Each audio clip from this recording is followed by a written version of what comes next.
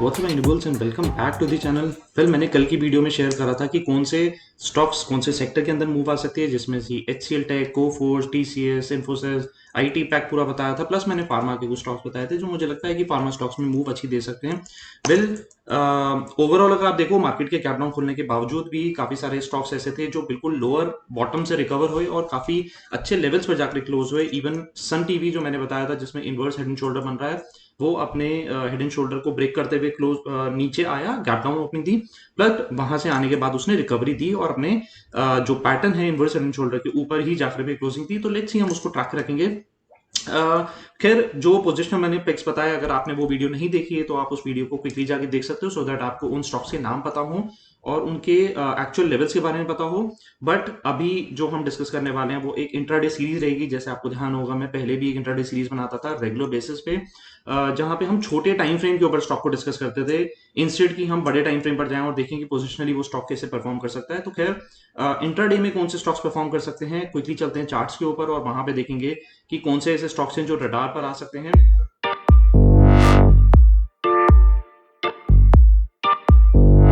आगे हम चार्ट्स के ऊपर, और सबसे पहले मैंने चार्ट खोला है निफ्टी का, बिकॉज ऑफ कोर्स हमें जो भी स्टार्टिंग करनी पड़ेगी वो निफ्टी से करनी पड़ेगी अगर हम इंट्राडे के ऊपर फोकस कर रहे हैं। वेल, मैं छोटे टाइम फ्रेम पर आता हूँ, 15 मिनट्स के टाइम फ्रेम पे, बिकॉज हमारा सारा फोकस जो रहेगा वो एक छोटे टाइम फ्रेम पर रहेगा। निफ्टी में अगर आप छोटे टाइम फ्रेम पर अगर आप नोट करोगे, सो बेसिकली एक ट्रेंड लाइन को आने के बाद बार बार सपोर्ट कर रहा है। सो ऑन एन एवरेज अगर देखते हैं तो फिलहाल कुछ पैटर्न इस तरीके से दिख रहा है जो कि निफ्टी में परफॉर्मेंस दिखा रहा है। बट अपसाइड एक मोमेंटम दिखाने के लिए प्रैक्टिकली हमें 17,313 के ऊपर अगर यहाँ से क्लोजिंग मिल जाती है तो एक मूव आने के चांसेस हैं। बट अगर मैं यहाँ पे एक मूविंग एवरेज लगाता हूँ तो बेसिकली वो मूविंग एवरेज में मेरे को यही बता रहा है कि मार्केट ने आने के बाद इस लेवल पे रेजिस्ट करा, जो लेवल था अराउंड 17,250 260 के आसपास एक लेवल है जहाँ पे रेजिस्टेंस मिल रहा है। बट हमें एक पुराने ट्रेंड को भी कंपेयर करना पड़ेगा कि भाई, अगर इस मूविंग एवरेज से मार्केट जब नीचे चल रही थी तो एक डाउन ट्रेंड आ रहा था, ऑफ कोर्स छोटे टाइम फ्रेम में। बट जैसे ही उस मूविंग एवरेज के ऊपर जब मार्केट जाती है तो फिर एक अच्छा अप ट्रेंड भी मिलता है। तो अभी प्रैक्टिकली जो कल की क्लोजिंग में मार्केट जो क्लोज हुई है जाकर के, वो बेसिकली इस ट्रेंड के आसपास जाकर के क्लोज हुई है। ऑफ कोर्स हमें इसके आसपास और भी चीजों को कंसिडर करना पड़ता है, जैसे एक मूविंग एवरेज है, प्लस उसके अलावा अगर मैं एक इचिमोको लगा देता हूँ, खैर बहुत ज्यादा खिंचपिच हो जाएगी इचिमोको लगा करके। बट अगर मैं एक खाली एक मैं मूविंग एवरेज लगाता हूँ तो बेसिकली मेरे को बता रहा है कि 17,260 270 के ऊपर अगर निकलता है तो हम ऊपर की तरफ ओपन हो रहे हैं 17,310 के लिए। और वो 310 315 का लेवल अगर मूव क्लोज करता है तो आई फील कि हमें जो एक्चुअल लेवल्स देख सकते हैं वो अराउंड 417 और लेवल के आसपास। तो हमें जो ध्यान रखना है 310 315 निफ्टी के लिए। बट जो हमें एक छोटा सा गैप अप चाहिए वो 17,270 के ऊपर अगर ये निकल जाता है तो गैप अप में और एक कंटिन्यूस अगर वहां पे बाइंग आती है तो 270 310 और ऊपर अगर वहां से लेवल्स निकलते हैं तो 417 के लो बन हो रहे हैं। लेट्स सी फिर उसके आगे फर्दर कंटिन्यूशन क्या आता है, वो उसको बाद में हम डिस्कस करेंगे जब ये लेवल आ जाएंगे। इसके बाद अब हम स्टॉक स्पेसिफिक आ जाते हैं। सबसे पहला जो स्टॉक मेरे रडार पर आया था, खैर आईटी सेक्टर तो रडार पे रह गए रहेगा, बी इट ऑन ट्रेडिंग या इन्वेस्टमेंट के लिए। बट उसके अलावा जो एक स्टॉक रडार पर आया था, दिस इज पिडीलाइट। तो पिडीलाइट ने डेली टाइम फ्रेम पर एक पर्टिकुलर लेवल पर आने के बाद, विच वॉज 2592 2592 2590 और लेवल्स के आसपास, यहाँ पर एक डबल बॉटम बनाया और वहां से बाउंस मिला, एक इंट्राडे के अंदर बाउंस मिला था बेसिकली इसको, और स्टॉक ऊपर जाने की कोशिश कर रहा है। इसके साथ में अगर मैं यहाँ पर इचिमोको भी लगाता हूँ तो बेसिकली इचिमोको भी मेरे को ये बता रहा है कि अभी स्टॉक क्लाउड के अंदर है और थोड़ा सा क्लाउड के अपसाइड पॉइंट पर आने के बाद बेसिकली इसने यहाँ पर क्लोजिंग दी है। तो बेसिकली क्लाउड को अगर ये ऊपर की तरफ निकल जाता है तो देर आर चांसेस कि ये अपसाइड चालू कर देगा। वेल, अभी हम अगेन इंट्राडे की बात कर रहे हैं तो मैं छोटे टाइम फ्रेम पर आता हूँ, 15 मिनट्स के टाइम फ्रेम पर चलते हैं और देखते हैं कि एक्चुअली किस तरीके से परफॉर्म कर सकता है। तो अभी जो स्टॉक एक्चुअली क्लोज हुआ है वो 2640 पर हुआ है। वेल, जो नीचे इसका बेस बन रहा है वो 2590। सो कंजर्वेटिव साइड अगर मैं इसका 5-7 रुपए का अगर मैं और नीचे का बेस बना लेता हूँ तो 2585 would be a very good base for Pidilite. Upside निकालने के लिए इसका जो ऊपर रेजिस्टेंस मिल सकता है वो दिस वुड बी 2670 2669 के आसपास। बट अगर ये लेवल्स यहाँ से क्रॉस कर जाते हैं तो आई फील कि ऊपर की तरफ जो एक्चुअली ओपन हो रहा है वो 2700 के लिए ओपन हो रहा है, एंड 2700 के ऊपर फिर फर्दर लेवल्स खुलेंगे। बट फिलहाल के लिए 2700 के ऊपर ध्यान देना चाहिए। 2700 के बाद जो अगला एक रेजिस्टेंस लेवल्स मिलना चाहिए, दैट वुड बी अराउंड 2751। तो इन लेवल्स पे हम लोग ध्यान रखेंगे पेडिलाइट के लिए।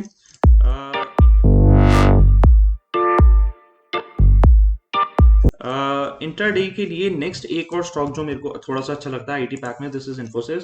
वेल, इन्फोसिस पे अगर मैं खाली एक मूविंग एवरेज की बात करता हूँ तो बेसिकली उसने अपने एक इस एवरेज को बेसिकली क्रॉस करा है और उसके ऊपर चल रहा है। तो बेसिकली जब तक ये एवरेज चलता रहेगा तब तक यहाँ पे सपोर्ट्स मिलते रहेंगे। तो कंजर्वेटिवली इन्फोसिस का जो बहुत शॉर्ट टर्म में अगर 15 मिनट के या छोटे टाइम फ्रेम पर अगर मैं देखता हूँ तो 1455 बहुत छोटे से लेवल के लिए, मतलब this would act as a support. अगर उस लेवल के आसपास आता है तो वहां पर एक अपॉर्चुनिटी देखी जा सकती है, और एक 1452 1455 के आसपास एक अच्छी अपॉर्चुनिटी देखी जा सकती है अपसाइड के लिए। जो एक्चुअली ये ओपन हो रहा है वो मुझे लगता है कि अभी पोजिशनली तो yes it is actually open for 1524 1533 के लिए, बट उससे पहले जो एक छोटा सा रेजिस्टेंस मिल सकता है दिस वुड बी 1484। तो मेरा रिस्क रिवॉर्ड बहुत ज्यादा फेवरेबल है। नीचे की तरफ जो मेरे एग्जिट जोन्स बेसिकली जो मेरे को मिल सकते हैं वो शायद 15 से 18 का एग्जिट जोन हो सकता है, और ऊपर की तरफ जो एक्चुअली लेवल बन रहा है वो ऑलमोस्ट 20 से 22 का पॉइंट का बन रहा है। सो दो लेवल्स 1484 1498, और नीचे की तरफ जो एक्चुअली लेवल्स मेरे को दिख रहे हैं वो एग्जिट लेवल्स जो हैं बेसिकली वो 1440 के आसपास का एग्जिट बन सकता है। So Infosys again would be on my radar for short term time frame, छोटे इंट्राडे वाली टाइम फ्रेम के लिए।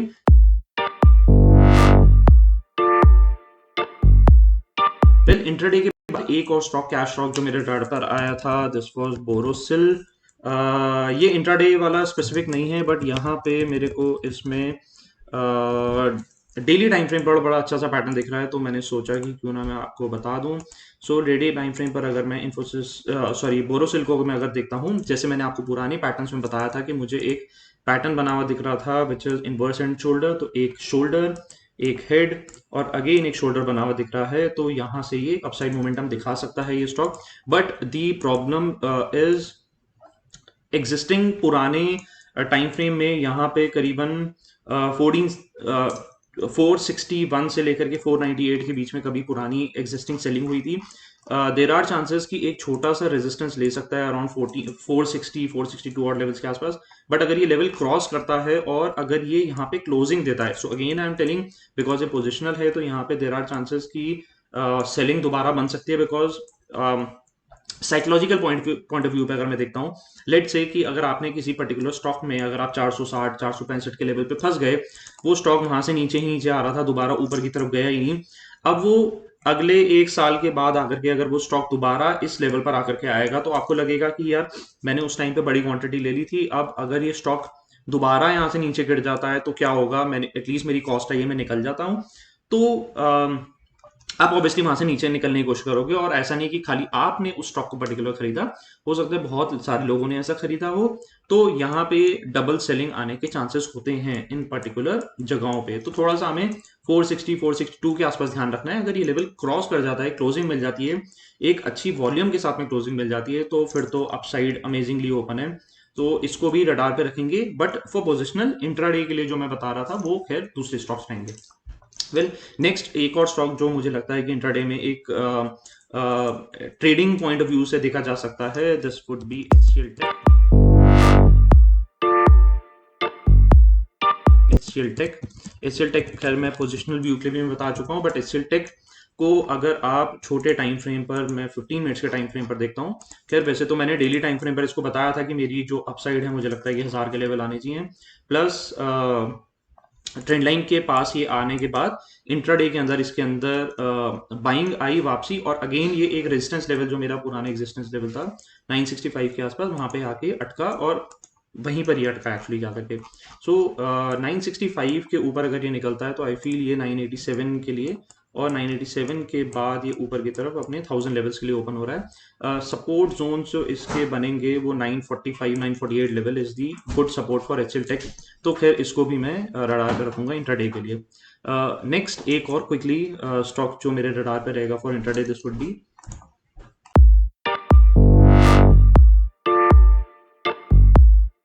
Axis bank.